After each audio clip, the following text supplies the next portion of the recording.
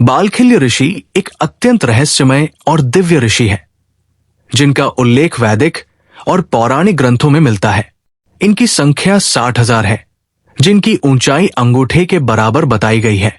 एक बार क्रोध में इन ऋषियों ने देवताओं के राजा इंद्र को श्राप दिया और उस श्राप के चलते ही गरुड़ पक्षी का जन्म हुआ। चलिए जानते हैं इनके बारे में और भी दिलचस्प बातें। तो आप सभी वीडियो को पूरा वॉच करें। बालखिल्य ऋषियों का उल्लेख ऋग्वेद, महाभारत, वायु पुराण, ब्रह्मा पुराण और विष्णु पुराण में मिलता है, जिनकी संख्या 60,000 है। बालखिल्य ऋषियों का आकार मात्र अंगूठे जितना था, लेकिन इनमें अद्भुत दिव्य शक्ति थी और ये सूर्य देव की पूजा करते थे।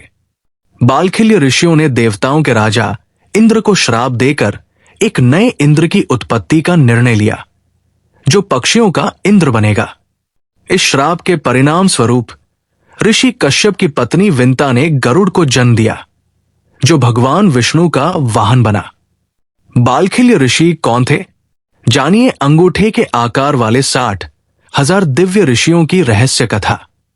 पुराणों में एक से एक तेजस्वी ऋषियों का उल्लेख मिलता है, लेकिन बालखिल्य ऋषियों का उल्लेख चौंकाने वाला है।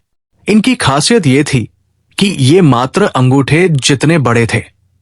बालखिल्य का अर्थ होता है छोटे लेकिन शक्तिशाली उपऋषियों का समूह। बालखिल्य ऋषियों का उल्लेख ऋग्वेद, महाभारत, वायु पुराण, ब्रह्मा पुराण और विष्णु पुराण में मिलता है। बालखिल्य ऋषि कश्यप के सहायक माने जाते हैं। ये लगातार सूर्य देव की पूजा करते रहते हैं और सूर्य के चारों ओर ही मंडल बनाए हुए ध्यानस्थ रहते हैं। शास्त्रों और वेदों में बालखिल्य ऋषियों की संख्या 60,000 बताई जाती है। इनका शरीर भले ही अंगूठे के बराबर था, परंतु इनमें अद्भुत दिव्य शक्ति थी। ये सभी तपस्या, मंत्रोच्चारण और ध्यान में लीन रहते थे। सूर्यदेव की परिक्रमा करते हुए ये उसकी पूजा करते थे। एक मान्यता के अनुसार ये ब्रह्मा जी के तप तेज से उत्पन्न हुए थे। कुछ शास्त्रों में इन्हें ऋषि कश्यप के मानसिक पुत्रों के रूप में भी माना गया है। बालखिल्य ऋषियों द्वारा पक्षी गरुड़ की उत्पत्ति एक कथा के अनुसार, एक बार ये ऋषि अपने पिता कश्यप के यज्ञ हेतु एक पेड़ की टहनी उठाकर ले जा रहे थे। चूंकि इन सब ऋषियों का आकार बहुत छोटा था, इसलिए उनकी संख्या 60,000 होने के बावजूद उन्हें उस छोटी सी टहनी को ले जाने में भी उन्हें बहुत मेहनत करनी पड़ रही थी। तभी वहां से देवताओं के राजा इंद्र अपने शानदार रथ पर सवार होकर गुजरे। इंद्र ने जब उन छोटे छोटे ऋषियों को पेड़ की टहनियों के बोझ से जूझते देखा, तो उनका मजाक उड़ाते हुए कहा कि ये एक छोटी सी टहनी लेकर वे कहाँ जा रहे हैं।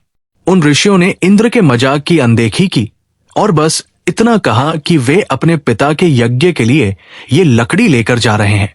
इंद्र ये सुनकर हंस पड़ा और उसने उन लोगों का उपहास करते हुए कहा कि इस छोटी सी टहनी से यज्ञ में कोई फर्क नहीं पड़ेगा। इंद्र के उपहास से ऋषि आहत हो गए और उन्होंने इंद्र को श्राप देते हुए कहा कि तुम्हें अपने आप पर बहुत घमंड है ना।